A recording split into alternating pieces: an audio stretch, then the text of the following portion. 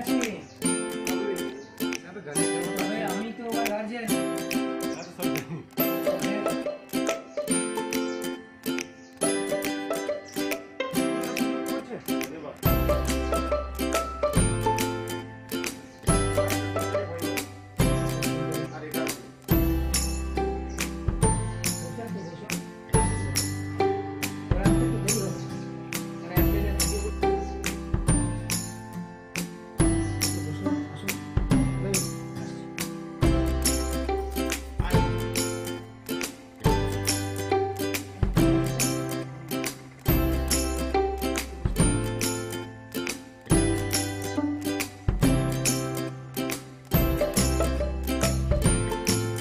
থেকে এইখানে আছি, বুঝলেন। তখন এইগুলো মন্দির ফন্দির কিছু ছিল না। এইখানে কাঁঠাল গাছ ছিল, একটা তাল গাছ ছিল, আর উই পোকার ঢিপ ছিল, বুঝলেন। আর এইখানে এমন জঙ্গলের মতন থাকতো, জঙ্গলের পেয়েছেন। ওই পুজো করতে করতে করতে করতে করতে আমাদের একটা ছিলেন ভূত বাংলার পূজারী, ধীরেন্দ্র বাবা।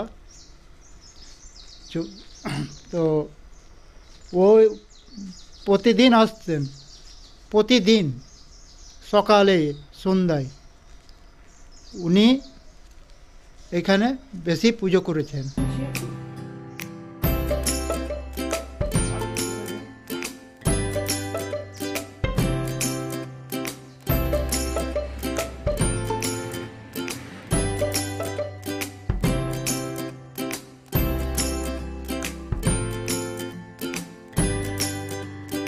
কত বছর ধরে পুজো হয়ে আসছে এবং কিভাবে পুজো শুরু হলো? দেখুন, এই পুজোটা মোটামুটি আমাদের জানা আছে 300 বছর। প্রথমে আমার দাদু আসতেন, তারপরে বাবা আসতেন, তারপর এখন আমি আসছি। কিভাবে পুজো শুরু হলো? পুজোটা শুরু হয়েছে নাকি শোনা যায় যে এই অঞ্চলটা প্রচণ্ড জঙ্গল ছিল।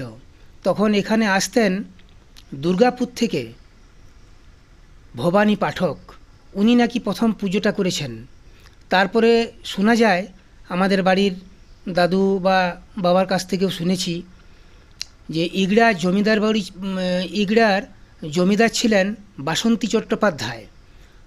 উনার বাড়িতে নাকি এসছিলেন তারাপীঠের সাধক বামদেব, এবং উনি যখন উনাকে আনা হয়েছিল, চাকদোলা মোড়ে গাড়ির থেকে নেমে পায়ে হেঁটে উনি এই মন্দিরে এসেছিলেন এবং এখানে প্রথম পুজো করে তারপর উনি ইগড়া গ্রামে গেছিলেন। সেই জন্যে এই জায়গাটি একটি প্রসিদ্ধ জায়গা।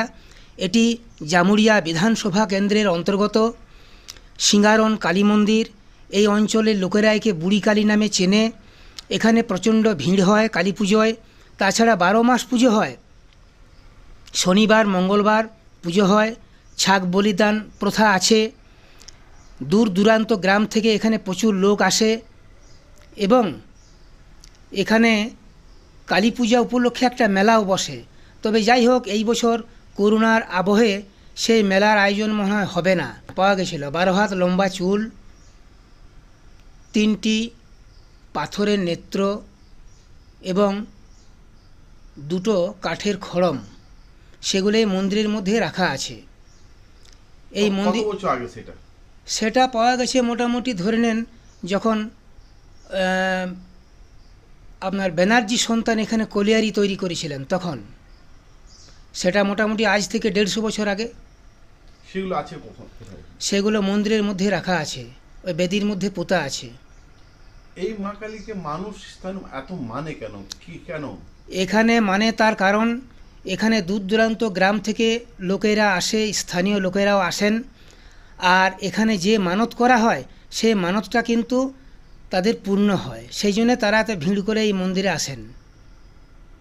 আপনি কখনো মায়ের অস্তিত্ব বুঝতে পেরেছেন? হ্যাঁ, আমি অনেক মায়ের অস্তিত্ব বুঝেছি এবং যেই ভক্তরা আসে তারাও বলে যে আমার নাম সুবল বন্দ্যোপাধ্যায়। এই মন্দিরে और खबरों के लिए सब्सक्राइब कीजिए एनएम न्यूज़, बेल आइकन दबाकर रहिए सबसे आगे।